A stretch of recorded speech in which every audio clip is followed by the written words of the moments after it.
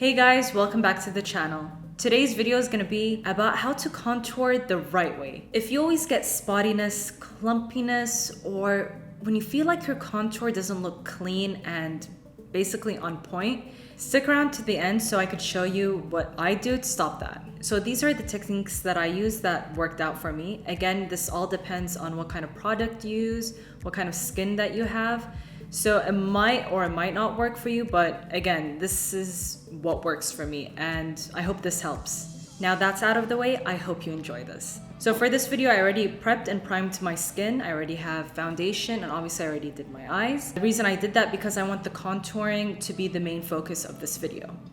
In case if you're wondering what kind of foundation I used the Laura Mercier Flawless Fusion Ultra Long Wear Foundation. For this video, I'm gonna basically split my face in half, and this side is gonna be the don'ts, and this side is gonna be the do's. So basically, this is what I used to do, and this is what I do now.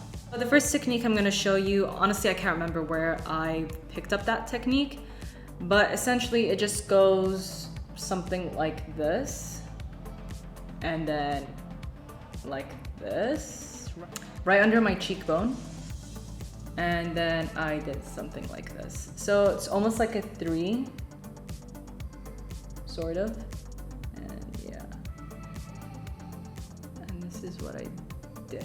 So this is how I used to do it. And the reason why it didn't work for me, I felt like it didn't give me the depth or definition that I wanted. And I think the reason is it's because of these gaps over here. And I felt like because there were gaps, it didn't give me the depth or the definition I was looking for. So it really comes down to the technique that comes after it. And this is how I contour today. And taking my foundation stick or my contour stick, and I draw it close to the hairline, all right? And then make a little indentation right here at the temple. And then continue that all the way down to my ear. And another line right here, right under the cheekbone, and it goes all the way down to my jaw and right under, right here.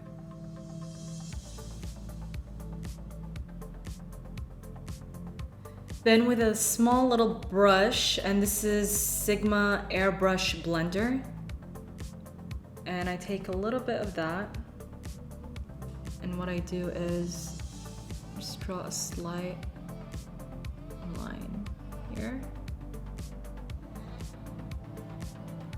just to make my nose a little smaller, more defined, and then take a little bit here, right under,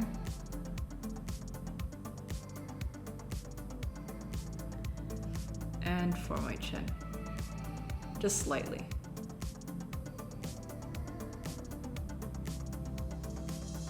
Now, what I like about this, I felt like this gave me that depth and definition that I was looking for.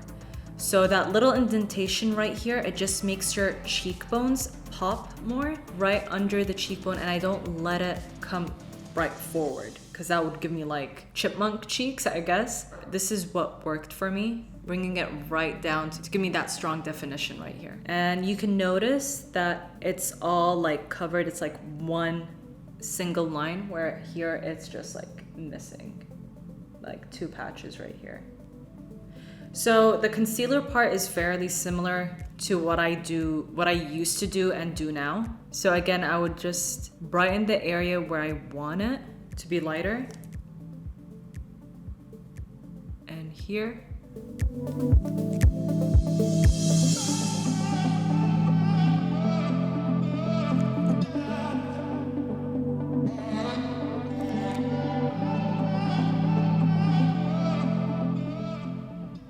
Basically, I added concealer, not only to conceal, but it also highlights or brightens the areas where I haven't applied contour, and that would give it the contrast that I'm looking for. So now when it comes to techniques, I used to use a beauty blender and basically blend this whole thing together. Literally, I would dab,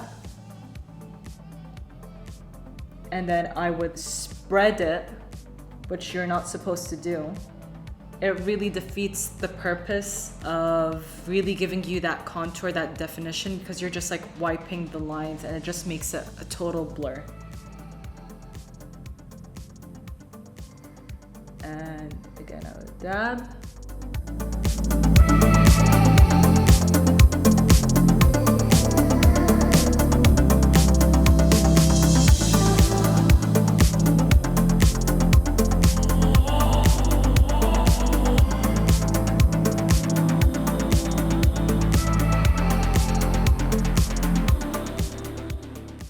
Now for the technique that I use today, I actually use a small little brush, and this is MAC 159. And what I like about using a brush for contouring, this is actually the same brush that I used for my foundation. It blends out seamlessly, and at the same time, it does leave that definition, that depth that you are looking for. So basically, you don't blur out completely the lines. With a brush, I am basically dabbing.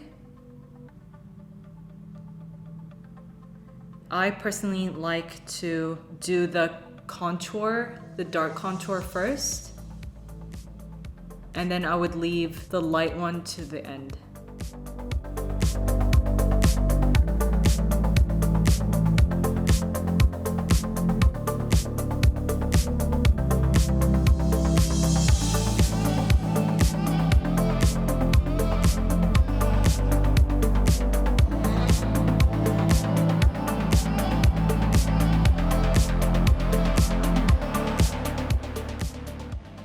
And with a wet beauty blender, I would go over it and just buff any areas that need to be buffed in case if there are any sort of streak marks from the brush.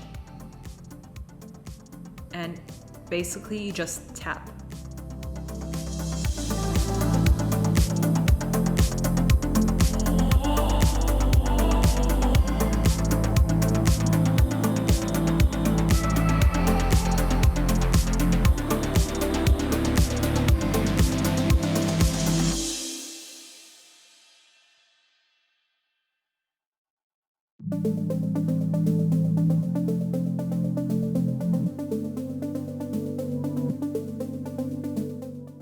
I don't know if you could see the difference now. This is the don't, and this is the do. You might see a slight difference, but definitely I can't see it. And this looks way more defined than this side.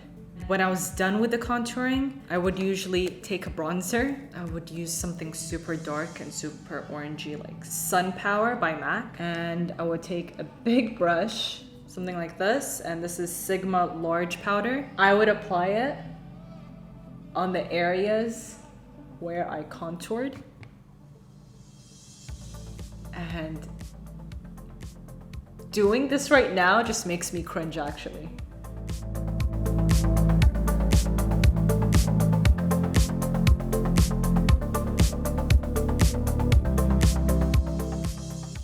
And right before I was done, I would add a setting powder to bake under my eyes. I would basically do this.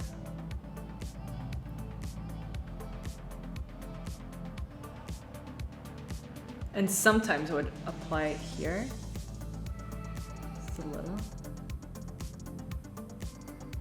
And I would like wait for like a couple of minutes and then just like wipe it off. And then I would add more bronzer while I was waiting for the whole baking process.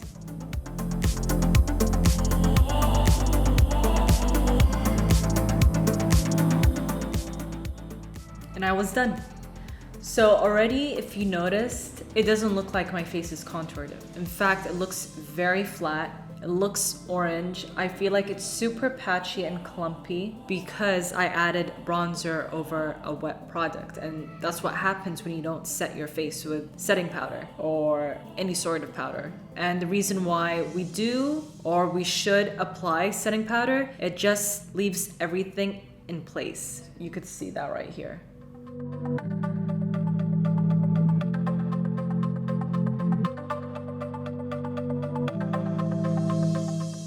But what I do today, after I was done contouring, I would use a setting powder, and this is by Jouer, with a fluffy brush, setting powder,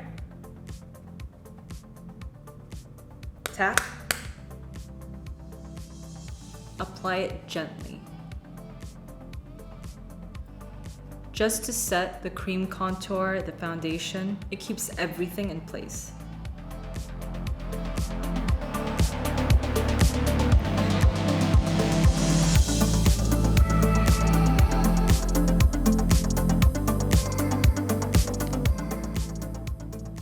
After that, I would apply my setting powder under the eyes. And what I love about this, it really just gives you that extra brightness.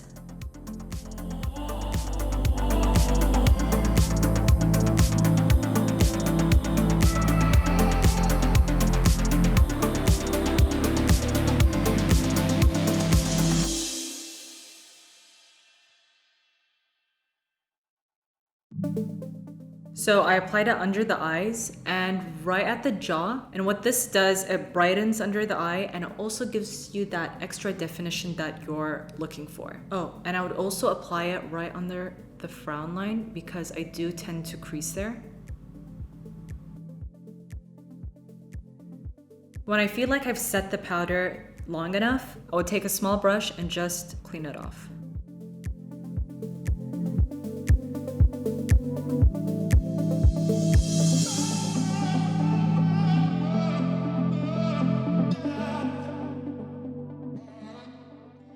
Now for the contour. So even though I used cream contour, I also like going in with powder contour, and this is Zova. And you can see there are like 4 colors. Usually contour kits come with multiple colors, but the contour kit that you always want are the browns that have like a gray hue to it. And the reason why is this gives you that shadow effect, that definition. Usually contour kits are not like orange pigmented or has any sort of orange hue. And with like a contour brush, an angled brush, it gives you more precision. I'm taking this color right here because I felt like it's the darkest one. So you're gonna apply this on the main line and on the indentations right here.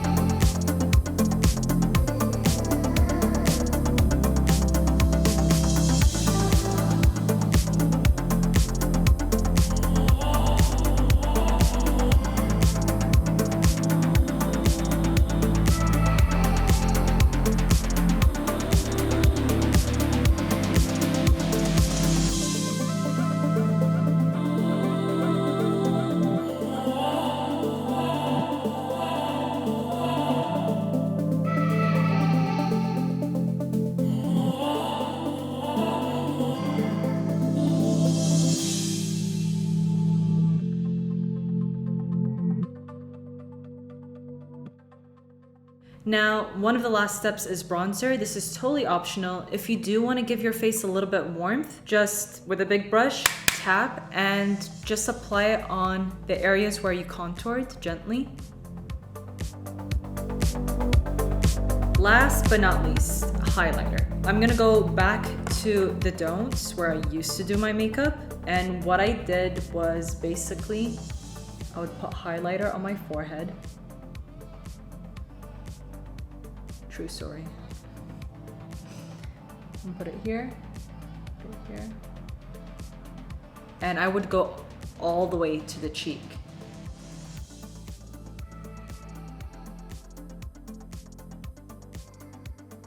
So I don't like how I used to apply highlighter. I felt like adding highlighter on your cheek all the way up here like a big L just made it too much and it made my face look super oily, especially applying highlighter on the forehead. So I'm gonna show you how I do it now. So again, with a fan brush and your highlighter, you're just gonna dab and tap and apply it only on the high points of your face. So your high points are right here, right on top of the jawbone, and applying it here.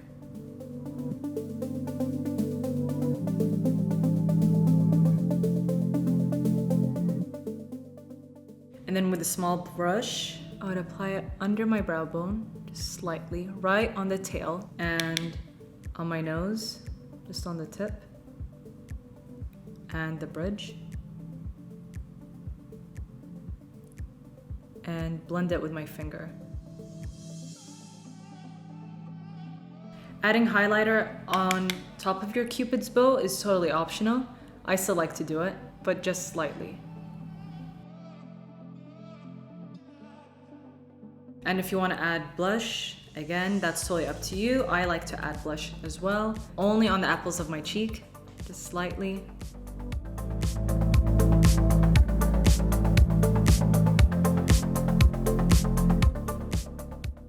So obviously you could already see the difference. This side is super blotchy, super messy. I feel like it doesn't make sense. The highlighter is here when it should be here, and highlighter up here, and it looks oily, and it just looks messy and chaotic and no purpose. Whereas this side, I feel like it's more defined, it's a lot clearer, it's not blotchy. The shadows are just right, and it gives me that definition that I'm looking for. The highlighters are exactly where I want them. Temple and right on top of my cheekbone and on the tip of my nose, on the bridge of my nose. It's highlighted and contoured in the right places. And I really hope you guys enjoyed this video. If you found this super helpful, please leave a like. And if you're new to the channel, welcome. And if you want to see more, please subscribe. Bye guys.